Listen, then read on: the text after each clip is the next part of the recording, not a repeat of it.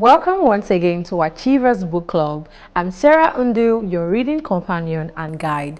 Every week here on the Achievement Channel, we open the pages of transformational books that help you live, lead, and achieve more intentionally.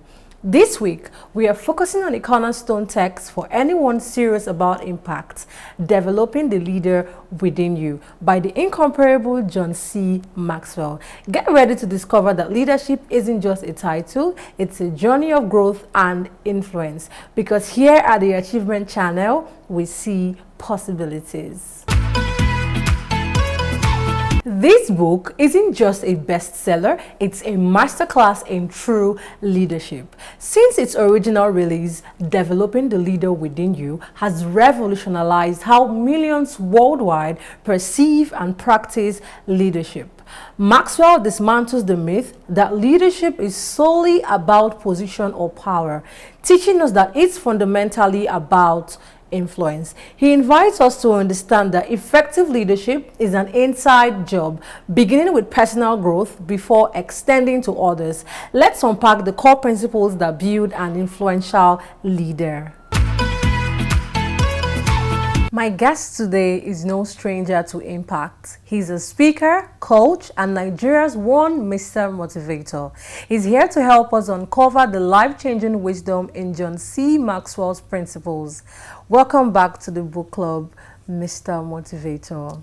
Thank you, Sarah. It's good to be back. Thank you. So, Mr. Motivator, John C. Maxwell fundamentally states that leadership is influence. That's nothing more, nothing less. Absolutely. So, but in a vibrant and a dynamic economy like this, Nigeria, where influence can manifest in so many ways, either from community leadership or to tech startup, whatever, how crucial is it for aspiring leaders now to truly grasp this concept, both locally and on a global space?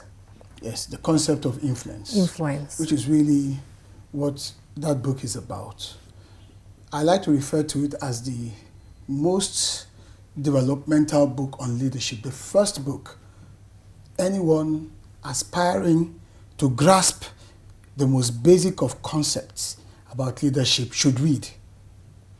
Because if you cannot discover yourself in order to lead yourself, you don't stand a prayer when it comes to leading others, developing the leader within you. So let's look at your question.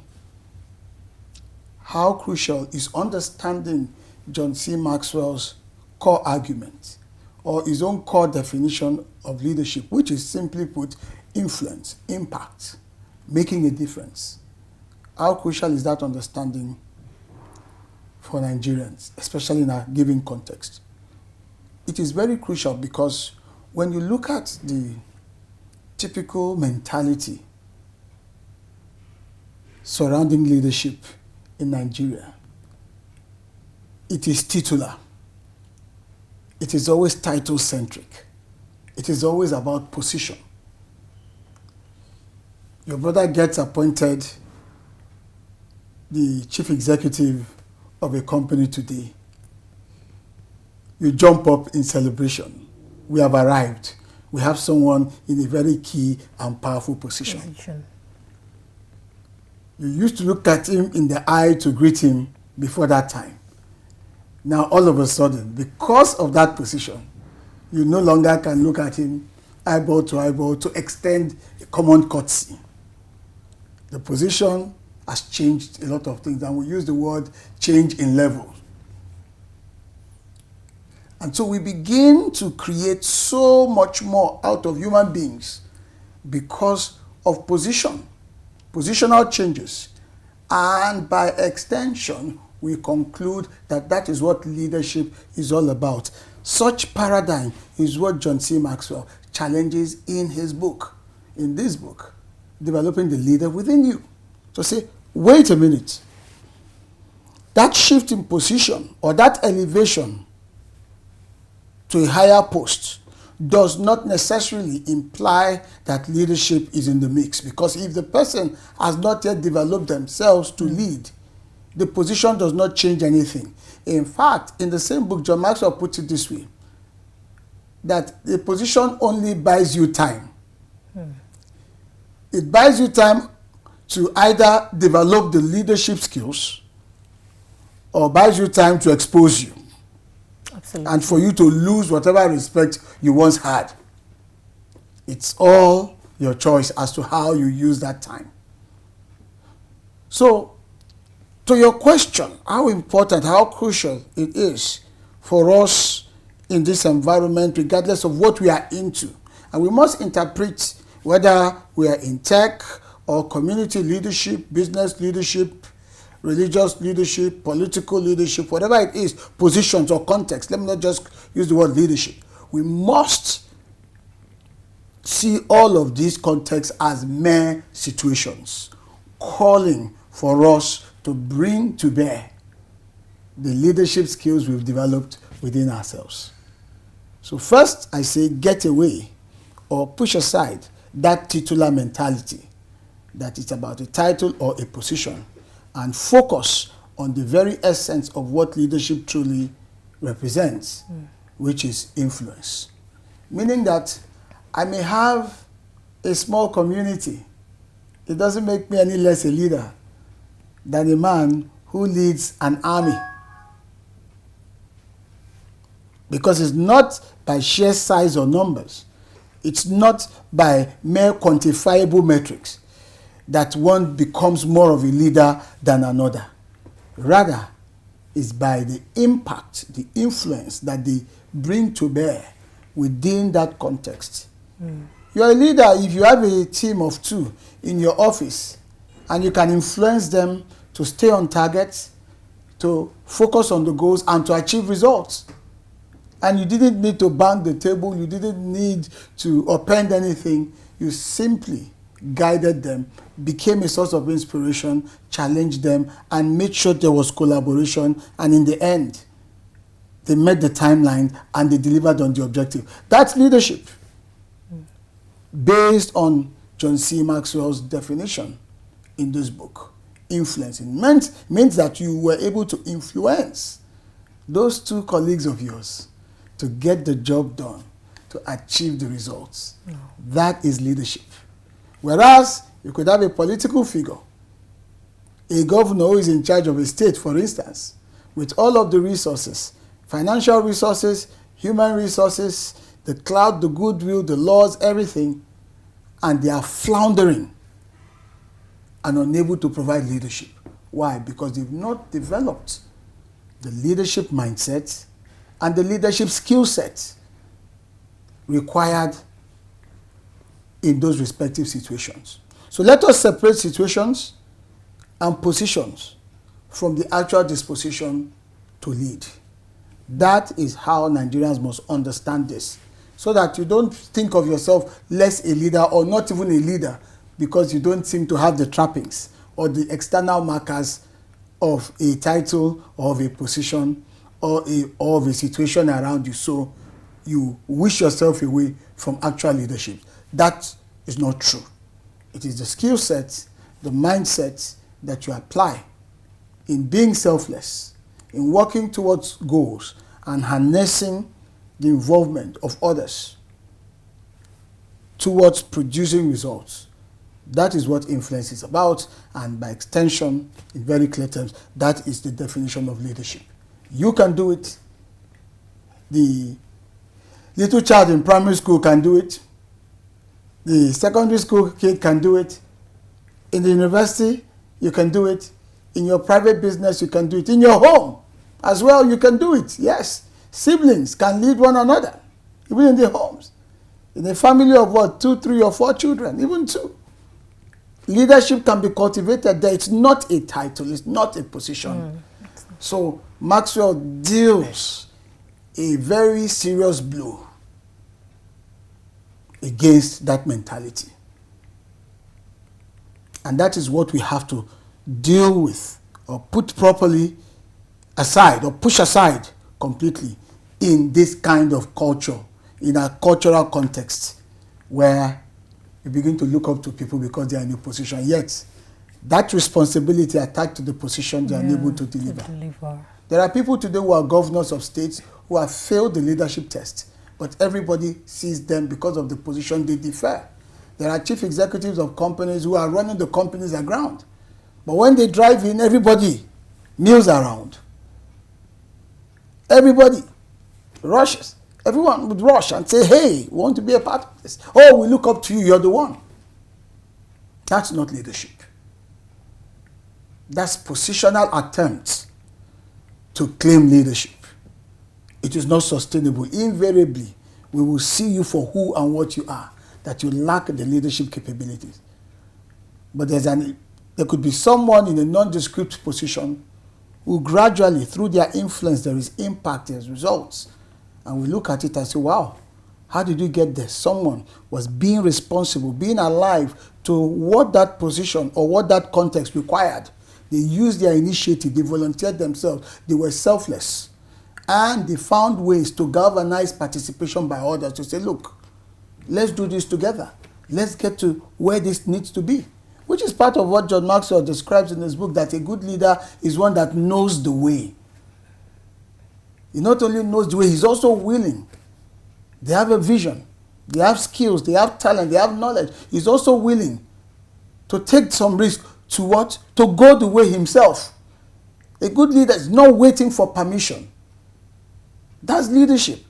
He's willing to go the way himself, regardless of risk to him, regardless of the unknown. Meaning that leaders should be dealers in hope. And then, after going the way, he then looks and says, wow, this journey could be much more productive if I could bring others on board. And that leader then, according to Maxwell, shows the way. He knows the way. He doesn't just keep quiet or stay apathetic.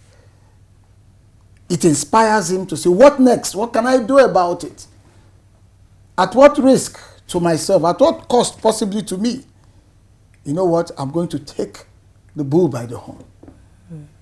I'm going to invest in the effort, take the risk, seize the initiative. Rather than being a wheelbarrow, I'm going to self-start and go the way. And not stop there. I want to transcend by showing the way. Then that's what makes for leadership. And that has got to be the new way that we approach things in Nigeria, regardless of what we do. Wow. Wow. That's absolutely true. So in a nutshell, you say that leadership is not just a title. Yes. Yeah, so it simply says that it's an inside-out journey. Absolutely. So it starts from your character and your consistent action. That's right. Okay, amazing. That then inspires others to say, wow, we can follow. Okay. That's the beauty of it, because as John Maxwell will also tell you, that he that thinks he's leading and has no one following is merely taking a walk. And there are many people today taking walks in their minds. They think they are leading. They don't know that they're just on their own, because no one is actually following. Mr. Motivator, Yes. so the law of the lead Yes. is one of Maxwell's most impactful That's principles, suggesting our leadership ability caps our overall effectiveness. That's right. So how does this lead typically manifest, perhaps for someone building a business here in Nigeria or a global professional thing? And what immediate action can our viewers take from this? So this lead, the concept of the lead is, a lead is a covering, a ceiling, which is essentially saying there's a ceiling there that you cannot go beyond. And that ceiling is usually self-imposed. You have a business leader or a business owner who stops taking courses, who stops learning, who stops attending conferences, who stops even reading, who stops going out there to learn more and understand the current trends about that business, the kind of skill sets required. A business owner who stops learning about human behavior, because you need to understand human behavior to run that business. It means, based on the law of the lead, that once that business leader plateaus there, automatically the fortunes of that business, of that enterprise, with regards to the people there and everything there, plateaus. Not because of the economic situation around, not because of the industry development around, the forces of demand and supply. No, but simply because the leader has stopped growing. The leader has stopped growing. That's what the law of the lead is essentially saying. In other words, your level of knowledge, your competency level, your motivational level, all these, if you don't continue to grow these parameters personally, you have executed a fait accompli on your business, on your venture, on your enterprise, that you can never go beyond, or this business, this enterprise can never grow beyond, say, this local level, because the leader's mentality, the leader's skill set, the leader's capabilities remain restricted. That's what it means. It's simply trying to tell us that no leader can give beyond what they have. So any leader that wants to give more must take off that lead and grow into becoming more. Intellectually, grow into becoming more. Experientially, in the area of expertise, in the area of exposure, in the area of inspiration and motivation, in the area of industry and business awareness. You must continue to expand as a human being. In the area of know-how, how do I lead people? How do I manage the organization? What are the current trends in human behavior? What are the current trends in technology? For instance, any leader today that is not averse, that is not up to date, that is not comfortable and growing, say, in the field of machine learning and artificial intelligence, has already placed a lead on the ability to lead in these times. I run an organization, and I can tell you that I know about AI more than all my staff, including the very young ones who we claim are the ones that are the digital natives. I have to sit with them, educate them, show them. And sometimes they wonder, this is supposed to be an old school fellow, what is happening? But for me as a leader, if I'm going to lead, I must know the way. I must have what? Also gone the way. And then now I show them the way. I mean, you sat in as I showed a copper currently working with us. This is how I want you to do it. Using artificial intelligence. That's leadership. And she will take that and grow with it. So leaders cannot give any excuse. So if you do not unleash yourself, take the lead off, that business will not grow. That idea will stagnate. And once it stagnates, people start peeling away. You no longer have people to lead because people are constantly looking for inspiration, people that they can look up to, look forward to their leadership. And so once you stagnate, human nature takes its toll and people find alternatives that can bring freshness into their lives. It applies in music, in entertainment, it applies in business, it applies in academics, it applies in every facet of human endeavor. Leaders must reinvent themselves as often as possible, as often as possible, as often as possible. Just keep on going and going and going so that there is no lead at all. Yeah. So we shouldn't be talking about any lead. So it's a except the ones we impose on ourselves. So there must be continuous and never-ending improvement so that you grow that space and other leaders grow. It starts with you. Oh, a continuous personal development. Absolutely. Wow. All right. Thank you, Mr. Motivator.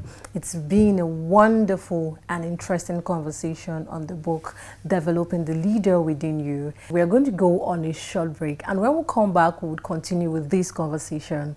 We'll be right back. Do you feel terrified when speaking before a group? Are you stressed when asked to present? Do you bore people when speaking? Are you stuck with reading word for word? How do you give a speech with polish? Learn how at the School of Eloquence, the home of public speaking. Attend our practical coaching in public speaking. Call 0802-303-2066 or log on to schoolofeloquence.org. School of Eloquence, teaching the world to speak.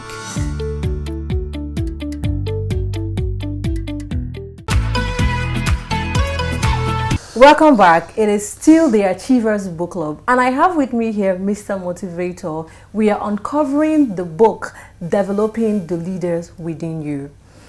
Okay, Mr. Motivator, Maxwell emphasizes that leaders are perpetual learners. That's true. Given the rapid global shifts and the incredible dynamism we are seeing currently, particularly in places like Nigeria, why is this commitment to constant learning a non-negotiable to leaders today?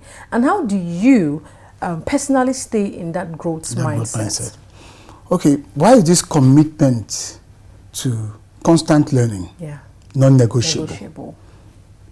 To me, I believe first and foremost, it's non-negotiable because of the ramifications of failed leadership. Anywhere you find a failure in leadership, it is usually very costly. It's expensive. Failed projects, wasted resources,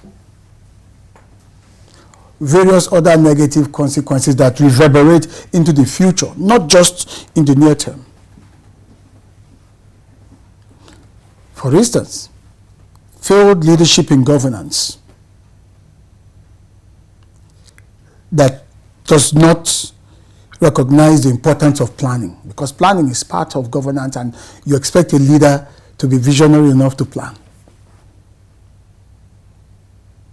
You don't plan, say, for your population to grow. And because there's a lead on your leadership, we've talked about the law of the lead, you can't see beyond the current numbers. A leader has to ask, what if this place grows, the people living in this place grow from 20 to 50? What arrangement should be in place, say, for the water supply? So that failure, if it happens, 50 people occupy that space meant for 20, pressure on the resource, on the infrastructure, it leads to other unintended consequences. It could increase the crime rate, it could increase the mortality rate, there could be a breakout of diseases, all kinds of problems snowballing over something that a good leader ought to have envisaged if they did not have a lead on their leadership capabilities. And so it is the ramifications that makes it imperative for leaders to take leadership seriously. To your question, for me, it is because it becomes very costly. That mistake comes at such a huge cost. And sometimes it could border between life and death situations. The inconvenience, the pain, the agony, be it at work, in business, in countries, in communities. So that is why it's so important, because there could be fallout. In fact, not that there could be. There will always be a fallout, good or bad. So it makes it imperative that leaders continue to remain on the cutting edge of their leadership skills in order to show that they were proactive enough. When the challenge comes, that readiness is there and they are able to deliver. And now to the second aspect of that question. How can leaders who should be learners remain or stay in that perpetual growth mindset? What do leaders need to do? I always advocate that leaders be proactive enough to surround themselves with knowing people, or leaders should surround themselves with knowers. When you surround yourself with knowers, for want of a better expression, what that does is that it guarantees a consistent influx of fresh ideas, different perspectives with regards to whatever issues a leader has to grapple with. And that dynamic almost always guarantees that there is growth, because you are not a pond. You don't, I beg your pardon, you don't become a lake that is stuck and then stinks. Yeah. like a river that flows with freshness, fresh ideas, fresh perspective. It means that even you, the leader, can be challenged in terms of your own thinking. Someone can come up with a different view as to how to get it done. Remember, as the leader, you are the one showing the way. This is where we're going. But if you are surrounded as a leader with knowers, you can have a preponderance of ideas as to how to get there. How to get there sooner, cheaper, more efficiently. That way, your leadership grows. That way, you too, as the leader, you learn. Keep in mind that the leader is not an almighty figure. The leader is not an all-knowing figure. The leader himself or herself is a student of life, a student in general. And you can learn from even those around you. There is no stipulation that you learn constantly from those that are above you or ahead of you. So how can you retain that growth mindset? Stay humble. Stay humble because that challenges you to submit yourself to superior knowledge that adds value and continues to lift that lead that John Maxwell talked about. Stay hungry because that then motivates you. It motivates you to keep on going and to keep on learning and to keep on growing. Stay humble, stay hungry. These are two ways that any good leader can perpetually retain that growth mentality. You are humble because somebody else can be a teacher to you. And so you can orient and adjust. Even the situation that goes bad can teach you. We've seen how circumstances have humbled many people. Rather than react, they took the lessons and they returned to that development, they got it right. And then being hungry motivates them to say there must still be something more, or there must be something we are missing. So that forces them into seminars, attending seminars, conferences, symposiums, being part of critical associations, mastermind alliances, as Napoleon Hill in his book, Think and Grow Rich, we talked about. Surrounded by wise people, or wiser people. In that way, you can remain on the cutting edge. And staying hungry means that you can learn, even learning on your own with technology. Those are options as well. And also, respect feedback. There's a popular saying that feedback is the breakfast of champions. Respect feedback. Any leader that discountenances feedback will soon run out of equity. Any leader that discountenances feedback.